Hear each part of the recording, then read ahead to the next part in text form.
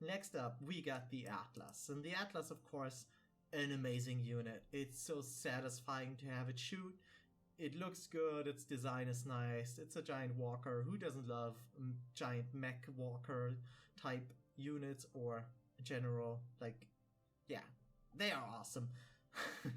They also have the drone, which is a great AoE ability. It's somewhat hard to cast, not really, but a little bit, and it kind of sucks that they don't start with the energy to immediately do so, but for that they at least get the jump, which is a good ability. Like, the jump lets you micro them better. Sometimes they can go up and down a cliff, not a riff. And yeah, overall, it's a good package. I don't think they shoot up air, but I'm not 100% sure at the moment. But the drone, I think, does. So there might be some issues with anti-air that rise up.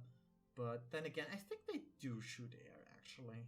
Yeah, I'll just assume they shoot air. Even without shooting air, the Atlas is an S-type unit for sure. Probably the lowest S-type unit, because it's just hard getting them. Once you can get them, it's easy building them and fitting them into your army. But until you get there, and it's really hard to get all the building structures, the tech, and then still be alive and also control the map, because they are very flux intensive. But of course, if you have them, they're awesome. And I think they even shoot while walking, which they are not like 100% supposed to, but they are so fast that they can, like, they stutter step on their own. I think it is. So yeah, great unit, the Atlas. If I called it Artemis, then, well, my bad. But yeah, the Atlas is amazing. Alright, next unit, the Striker. The Striker is a long-ranged anti-infantry type unit. I'm not sure if it actually does additional damage to infantry at this point, but it does AoE damage, which is amazing against infantry. And it has a great upgrade, the mines, and mines on a unit that you want to have lots of.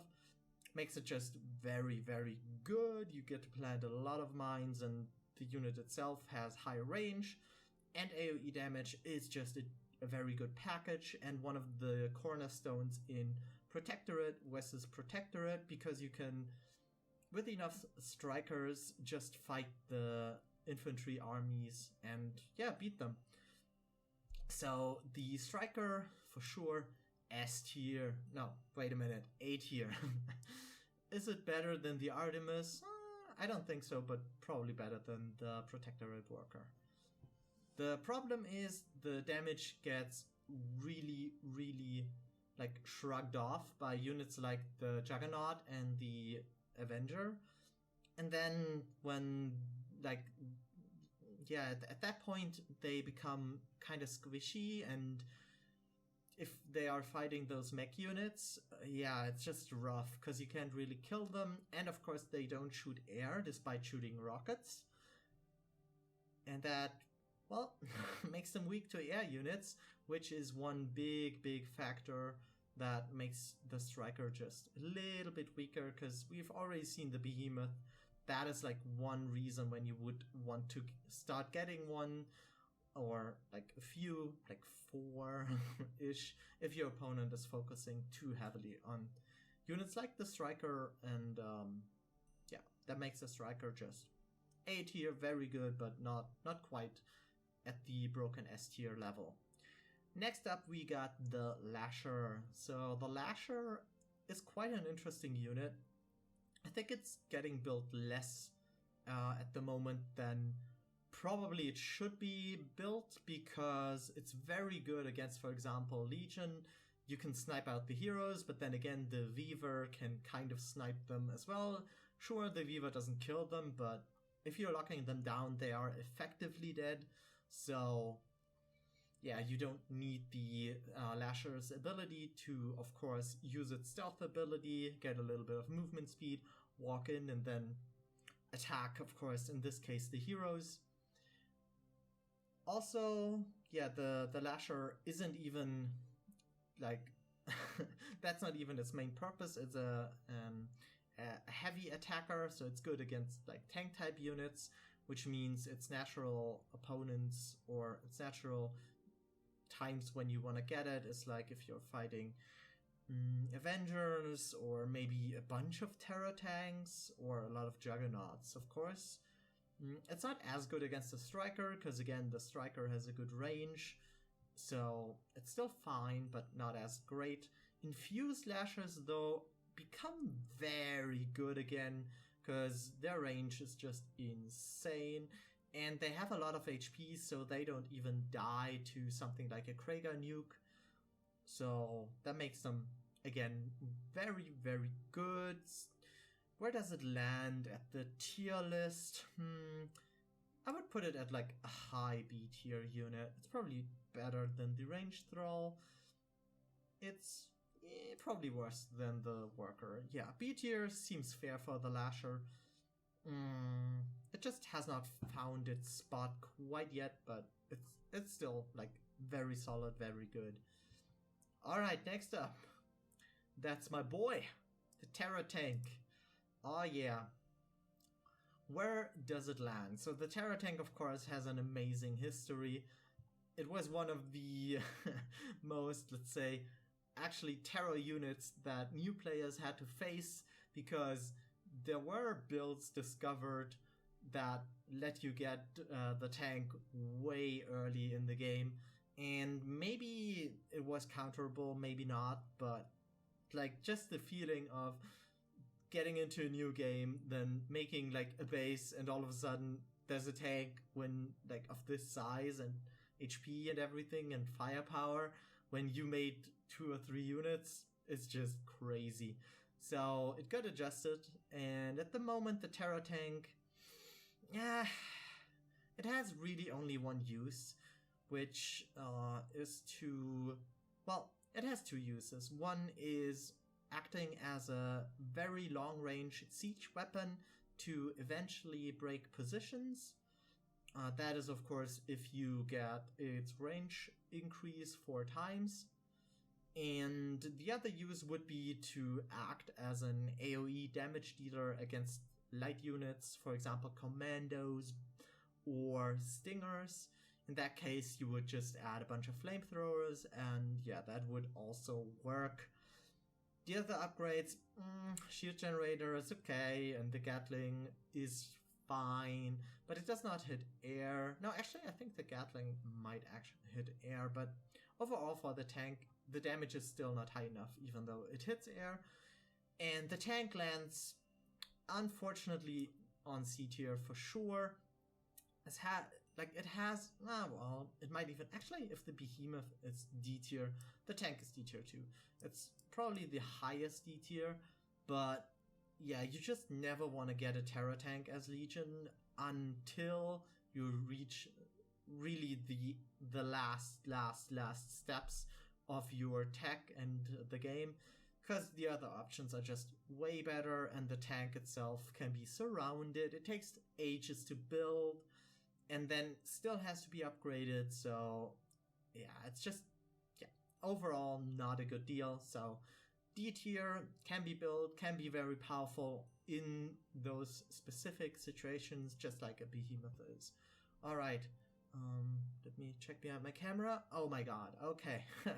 Okay, that is the worst feeling. You don't see them and boom, you look, they are there, they kill you. This now, without a doubt, is the best unit in the game, and if anyone is telling you anything different, they are crazy. Alright, so let's rate it right now. Boom. S tier, best thing in the game, the Stinger for sure. The Stinger is not only just in raw stats insanely powerful, it's fast, it wins almost all the fights against all the units. It has so many mechanical and tech-wise quirks that make it even stronger. So let's start with its mobility and just movement speed, which means that you always get to decide when you want to take a fight with the Stinger. So that means, well, if I can't beat them, I run away. And Zero Space being a game where you have to be on the map, you have to be active, you have to be out of your base, means that against Stingers, it's like, okay, can they kill me? No. Okay, I'm not getting attacked, but the moment they can kill you, they will just kill your entire army and you're no longer out on the map again. And that is brutal. And even if your army is stronger and you push out and like you take control of the map, then the Stinger, with its movement speed, can run around and kill your bases, or your production, or anything that they can find. Harvesters, of course. And everything you do, essentially, against the Stingers becomes a liability. You make another Harvester. Okay, great. That's another spot that Stingers can attack. You make another building. You try to put a spotter anywhere, like a building spotter or just a normal one. You put a unit anywhere. You like want to do anything. Stinger is like, okay, nice, I can attack that. And then, of course, if you try to fight them, they just run away. And then now we get to like that already sounds pretty insane, but they even are better than that because they have some of the most insane upgrades in the game. For some reason, they are not only like the fastest unit already, which means they, just by being so fast, they get to decide when to fight and when to avoid a fight, and of course force you into a fight. They also have a ridiculous powerful slow.